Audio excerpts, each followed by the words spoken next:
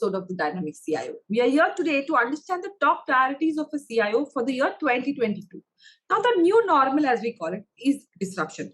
Now, organizations that lean into this reality and leverage their innovation capacity, technology, and reach will not only survive but grow as a result.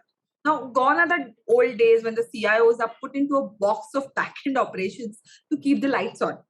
Today, the CIOs are driving digital transformation and significant enhancement in a way a company delivers value to the customers. I, Smriti Gandhi, Director Community Engagement and Executive Editor at Greyhead Media, have the pleasure to talk to today Mr. Girish Hadkar, Vice President and Head IT, Tata Realty and Infrastructure Limited.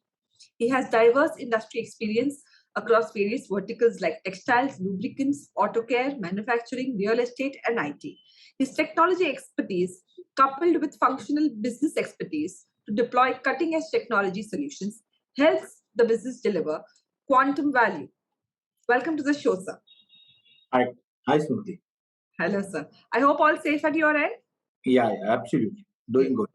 Thank you so much, sir. Without much ado, let me straight jump into the conversation. Okay. Now, we all know what happened from March 2020, and 2021 is also about the year is about to end.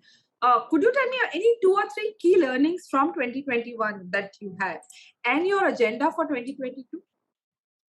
Absolutely, yeah.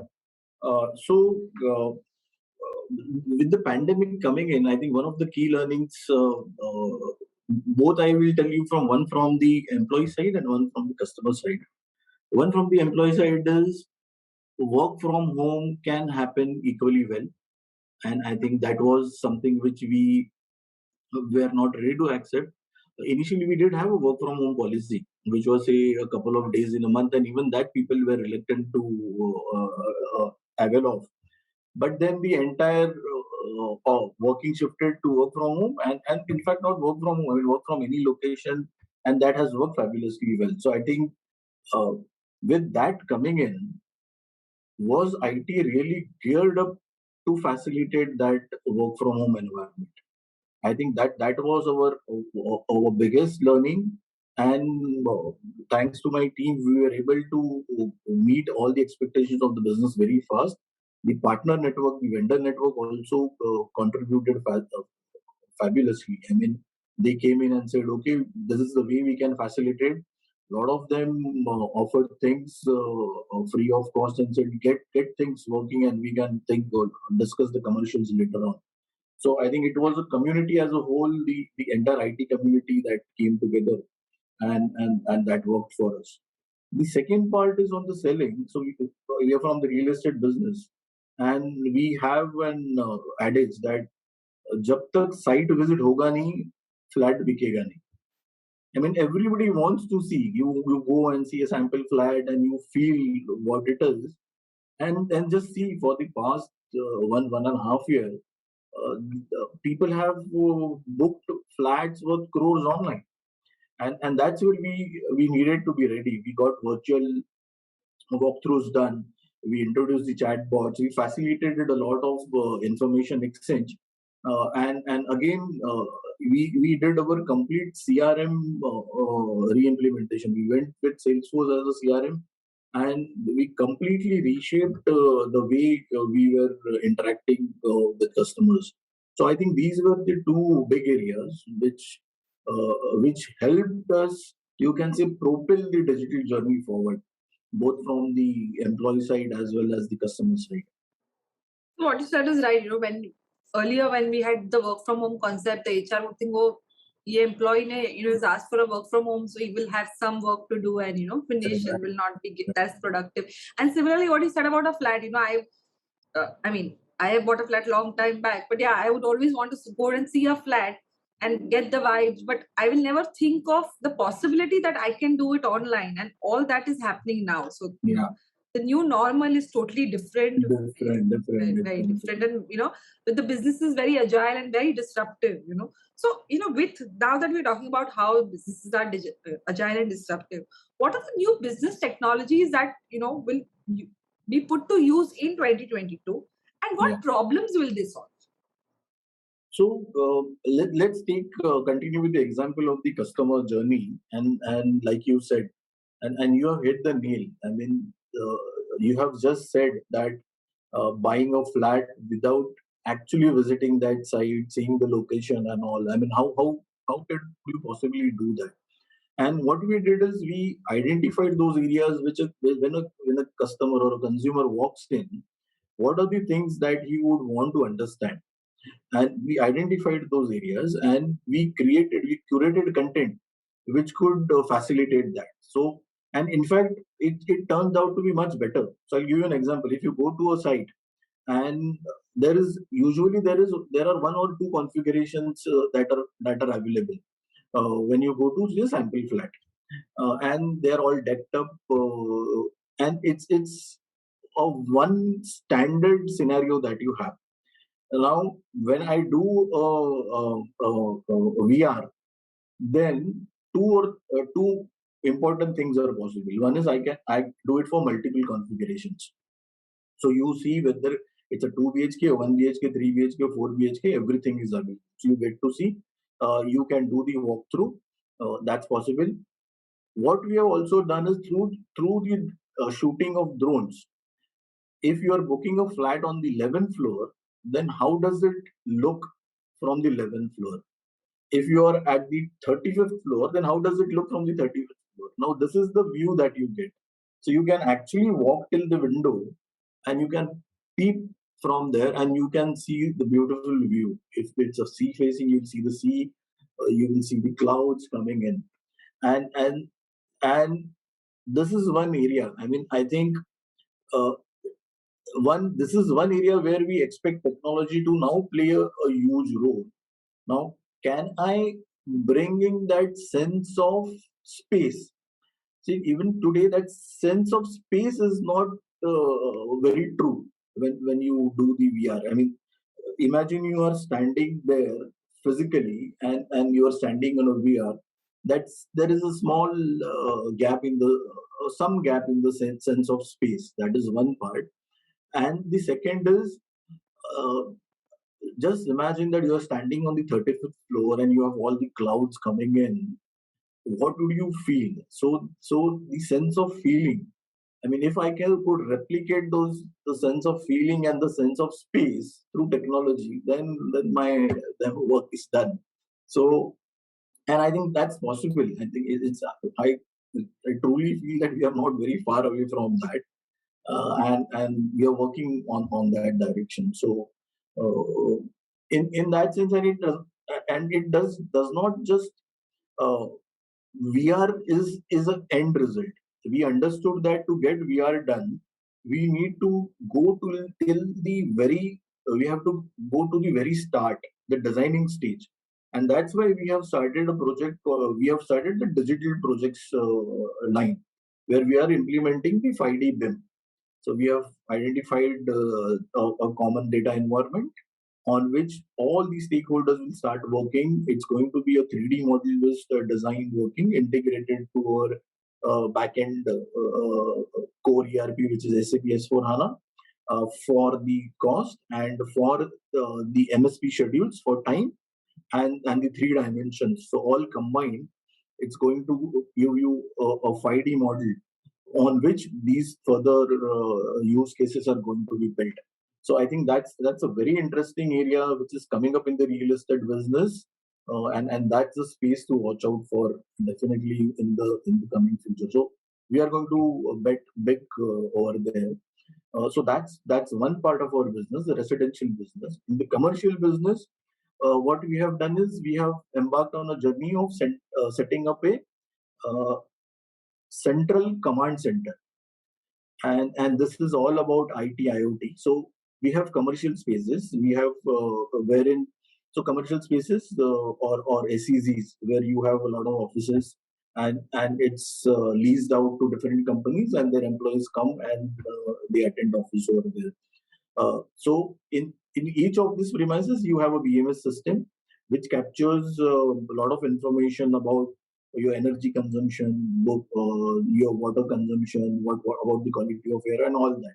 So the sustainability part, which is a huge thing, the greenness of the building, the green buildings part. So what we have said is two things.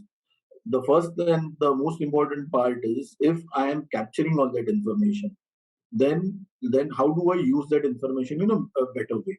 And this again comes from our analytics implementation, which we have done last year. We have subscribed to the Azure Analytics stack, and we have gotten data from all the core systems coming in, on which we have built the descriptive and diagnostic dashboards.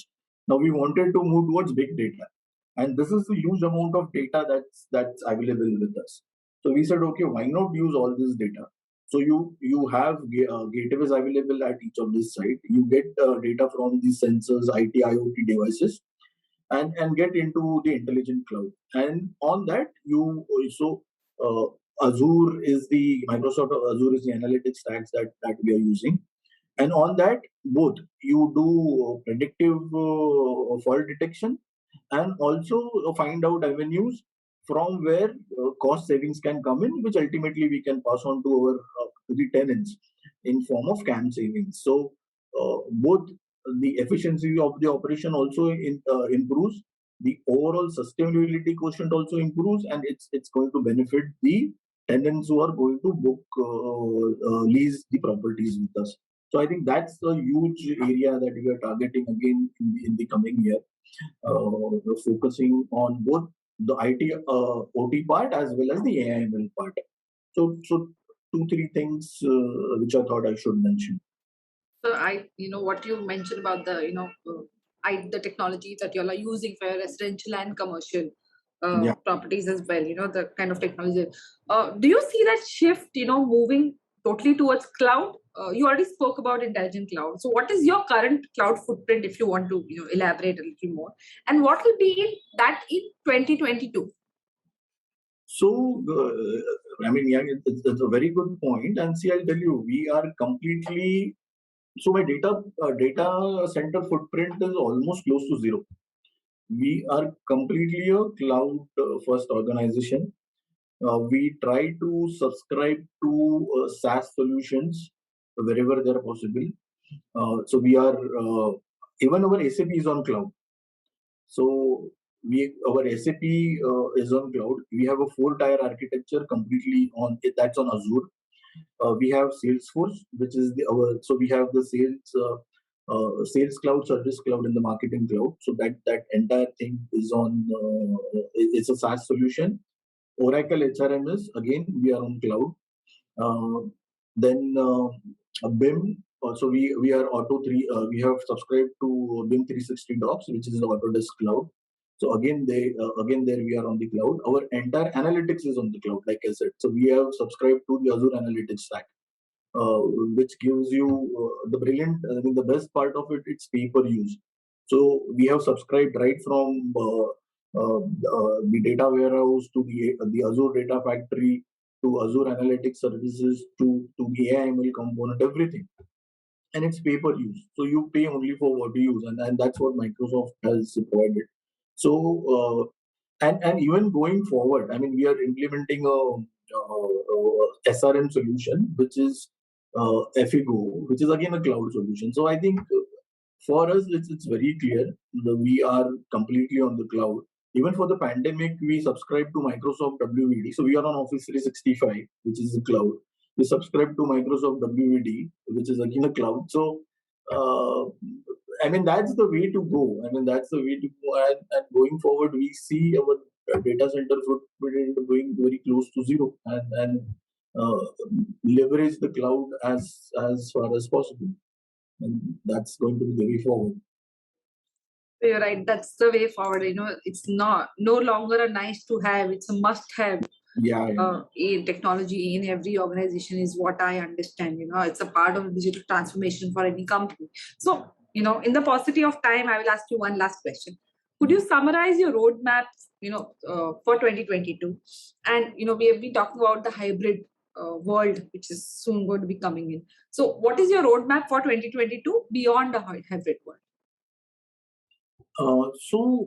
See, I mean, when I say when we speak of roadmap, I mean, see, we have like we said, we have identified areas where we need to improve.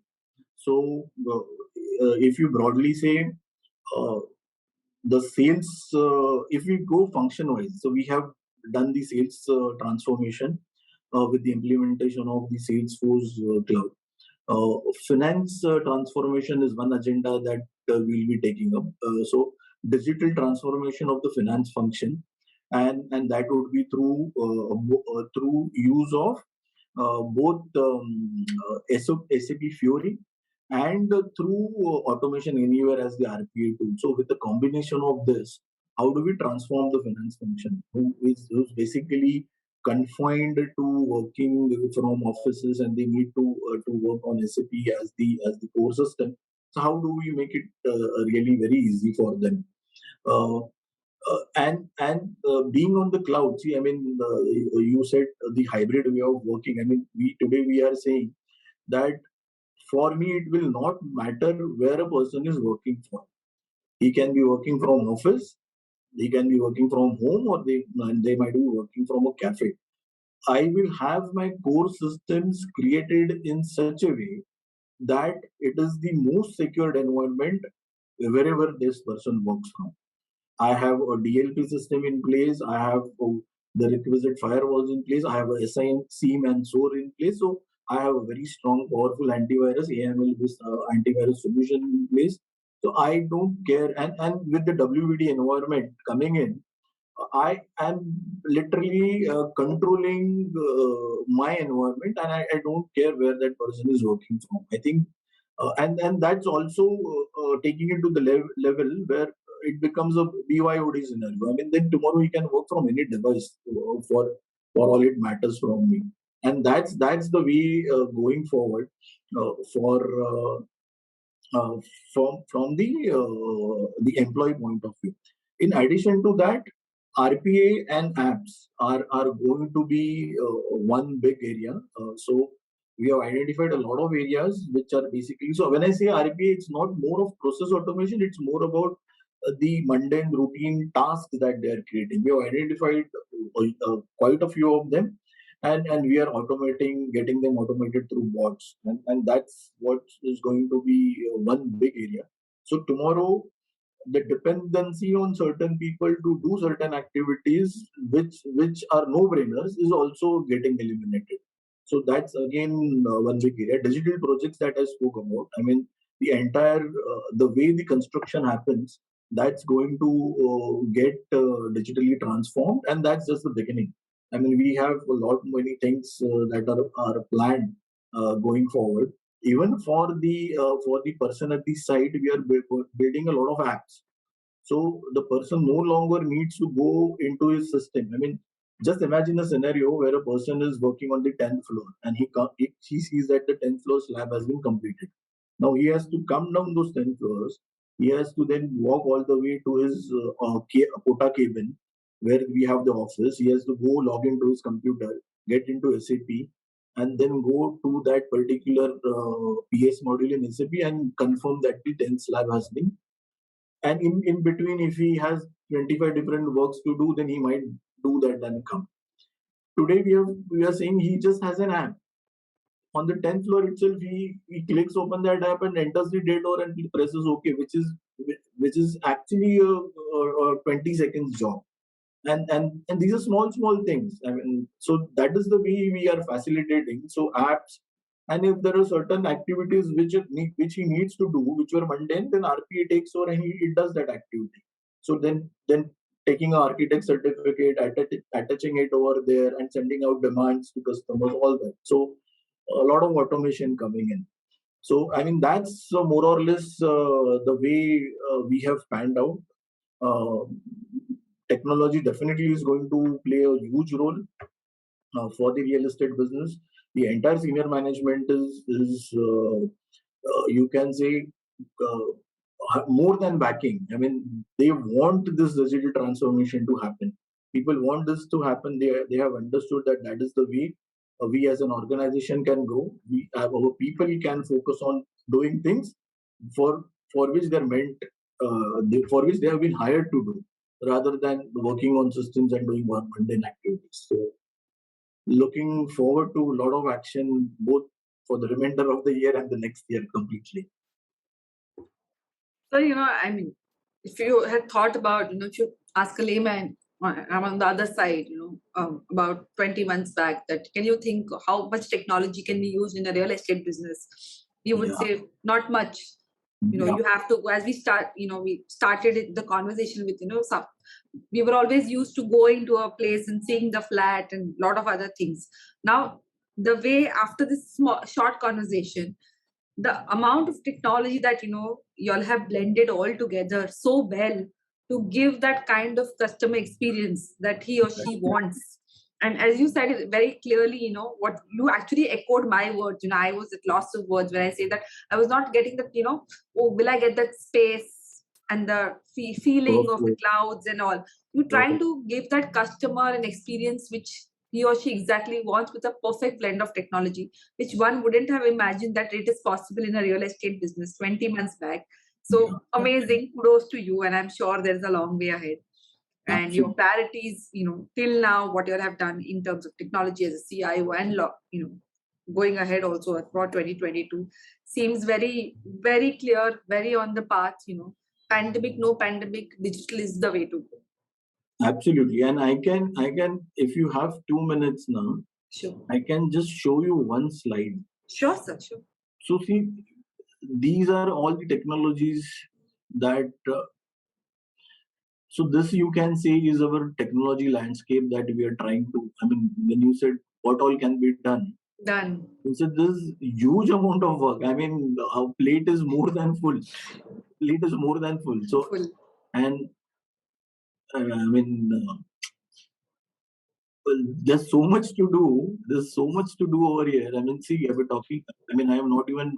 So I mostly spoke about smart construction and intelligent designs, but even conversational platform is one area where we are doing huge amount of work. So how do we get the so chatbots? The transition from the chatbots to voice bots and have the human element. See, we are selling flats where which are in crores, and you won't want a robotic voice to speak to you. Correct. You would want a human touch and feel the way we both of us are speaking. So how do we actually build that? How do we build that? And how do we provide that service differentiation? So an affordable housing customer who is going to buy a 25 lakhs flat and a luxury segment customer who is going to buy a 25 crores flat, how can I be able to provide that positioning and differentiation through this medium?